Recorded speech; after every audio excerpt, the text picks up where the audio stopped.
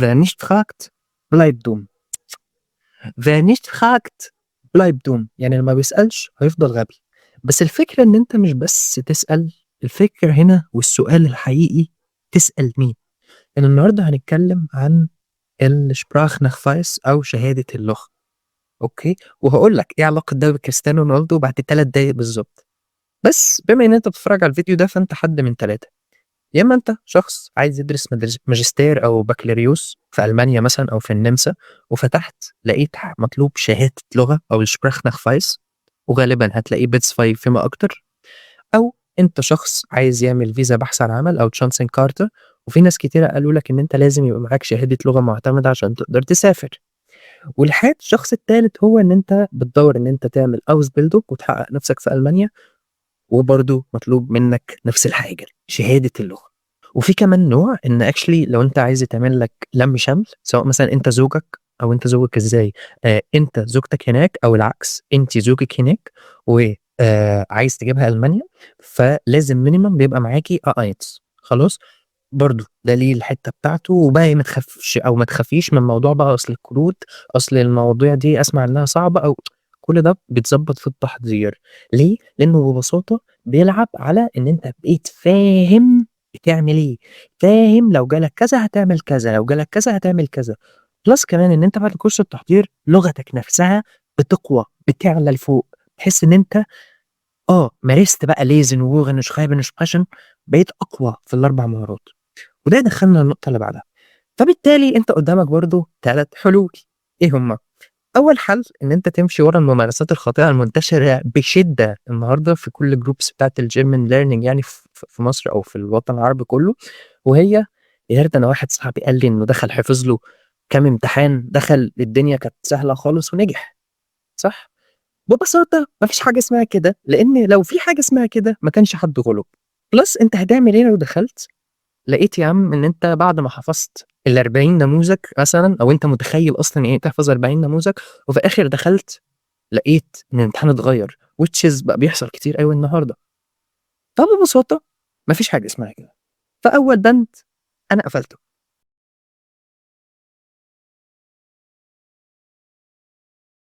تمام؟ طيب تاني حاجة هي ببساطة إن أنت ممكن تself learn تحضّر الامتحان مع نفسك، لكن للأسف ده بيبقى صعب شوية، لإن أنت الpossibility الوحيدة اللي قدّامك إن أنت تشوف videos على اليوتيوب مثلًا فلنفترض بما إن ده الfree resource، وغالبًا بتبقى غير منظمة، سطحية، مش بتغطي كل tricks الامتحان ومش متفصلة على احتياجاتك، تمام؟ فما بتدّيلكش كل الtricks المطلوبة أو كل الupdates اللي اتعملت للامتحان ده عشان تقدر تنجح. خلاص، وطبعًا ما فيش لا practice ولا ممارسة، ليه؟ لأن ببساطة أكيد أنت مش اليوتيوب مش هيصحح لك، فده تاني حل، بالذات في الschreiben und sprechen لأن دي لازم يتعمل يعني simulations كأنك في امتحان بالضبط. تالت حل تمام، هو إن أنت ببساطة تحضّر مع حد مختص فاهم هو بيعمل إيه، سواء معانا أو مع حد تاني، يعني براحتك أنا ده awareness للناس اللي بتتفرج على الفيديو، ومش بس كمان إن هو يبقى شخص بيحضّر تمام، لأ هو يبقى certified عارف هو بيعمل إيه. كمان مش بعيد إن هو يبقى old player إنه دخل الامتحانات دي بنَفْسه، خلاص، فاهم إيه اللي بييجي في الامتحان ده وإزاي أفكّر وإزاي أنجح، لإن أنت مش مطلوب منّك تعمل دكتوراه، أنت في الأول وفي الآخر أنت مطلوب منّك تدخل تجيب أعلى عدد من الpoints، تبقى فاهم الframework، تبقى فاهم إزاي تفكّر عشان تقدر تنجح في الامتحان ببساطة وتقدر تاخد الشهادة عشان تتفضّل تسافر، صح؟ مش ده اللي إحنا بندوّر عليه؟ وهنا actually حابب أتكلّم عن كريستيانو رونالدو. إيه يا عم علاقة كريستيانو رونالدو بالكورسات الألماني؟ ببساطة كريستيانو رونالدو لمّا كان في ريال مدريد كان بيكاتشينو جوسيه مورينيو ساعتها، صح؟ هل جوسيه مورينيو كان بينزل يجيب الجون مكان كريستيانو رونالدو؟ لأ، هو كان بيوجّهه، بيشوف غلطاته، بيوقّفه صح في الملعب، بيقول له ده أنت الsignature بتاعك إن أنت هتخش تقطم جوّه في العمق وتشوط بالطريقة الفلانية، بيطلّع أحسن منّه نسخة أو أحسن نسخة منّه وبيجهّزه للماتش صح، تمام؟ ده بالضبط اللي كورس التحضير بيعمله. طيب ارجع بقى معايا، هل كريستيانو رونالدو لو ما كانش عنده coach بيوقّفه صح في الملعب وبيقول له أنت هتعمل كذا، كذا، كذا في حالة كذا، كذا، كذا، كان هينجح؟ وصلتك فكرتي؟ هي دي الفكرة بالضبط.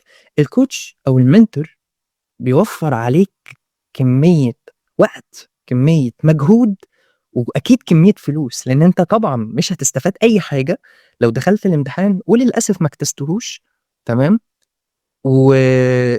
لإن أنت مش محضّر صح، مش عامل اللي عليك كلّه، خلاص، والنهارده الامتحان غالي، يعني مثلًا لو بنتكلم في جوتا أو تلك أو SD أو حتى TESDAF، امتحان النهارده أقل حاجة 10.000 جنيه.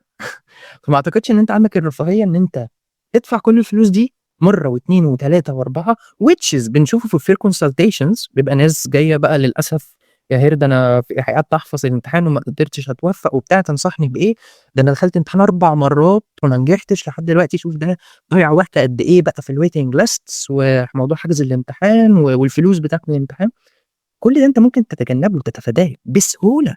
ما أنت في واحد ممكن يوجّهك يقول لك يعمل لك الplan المضبوطة عشان تقدر تنجح. ببساطة الكورس بيعرّفك الامتحان ماشي إزاي، إيه الframework اللي أنت داخل تمتحن عليها سواء جوتا، تلك أو OSD زي ما قُلنا، أو حتى الTestDaF لو حد عايز يروح يدرس بالألماني يعني، ده شهادة مهمة جدًا، خلاص ممكن نبقى نعمل عليها فيديو يعني بالتفصيل، وبيكشف لك نقاط ضعفك، ما هو أنت بتاخد طريقة التفكير، بتاخد أنا الطيب الفلاني ده هاتعامل معاه إزاي، خلاص، وببساطة بيوفّر عليك وقت، من غير بقى لَف ولا دوران، وأصل ده بيقول حاجة وده بيقول حاجة، وأصل أنا سمعت فيديو على اليوتيوب مش عارفة إيه، وفي resources وأصل cut the noise ركّز في اللي عليك، اعمل اللي عليك وبعد كده نتكلم، خلاص، أهم حاجة إن أنت تعمل اللي عليك، وبعد كده التوفيق ده بتاع ربنا، بس لازم تبقى عامل اللي عليك، صح؟ خلاص، وخلّيك فاكر في فرق شاسع ما بين واحد داخل الامتحان يتمنى يقول يا رب أنجح، وفي فرق ما بين واحد عامل اللي عليه وواثق إنه جاهز وسايب الباقي على ربنا. ولو حابب تحضّر معانا ابعت لنا message على الواتساب زي ما اتفقنا، كمان لو أنت sure إن أنت خلاص هتاخد خطوة دلوقتي وعايز تحضّر تمام، وأول مرّة تبعت لنا هيبقى ليك discount code اكتب هيرموسة25 ده هنعرف إن أنت جاي من الفيديو ده وهنعمل لك offer عشان تتحمّس كده وتبقى أنت الخطوة الجاية إن شاء الله، تبقى أنت القصة الجاية تمام، تقدر تدخل على الويب سايت بتاعنا تبدأ تشوف الreviews أو الإنستجرام feedback بتاعنا أو الفيسبوك feedback بتاعنا عشان تقدر تفهم إزاي التحضير ده فعلًا بيقدر يشكِّل واحد، وإحنا يعني إحنا tool يعني إيه إحنا tool؟ إحنا وسيلة تقدر تستغلّها وتستفيد منها عشان تقدر توصل لهدفك، خلاص؟ بس افهم الجملة اللي فاتت دي تاني، تمام؟ ولو عايز أي help أو مساعدة إحنا مش هنتأخّر عليك، ابعت لنا على الرقم الواتساب اللي في الdescription ولو عايز تكلمني أنا شخصيًا يعني قُل لي للteam وممكن إن شاء الله نعمل free consultation تمام؟ بس ich bedanke mich bei Ihnen. Vielen Dank und bis zum nächsten Mal und tschüss.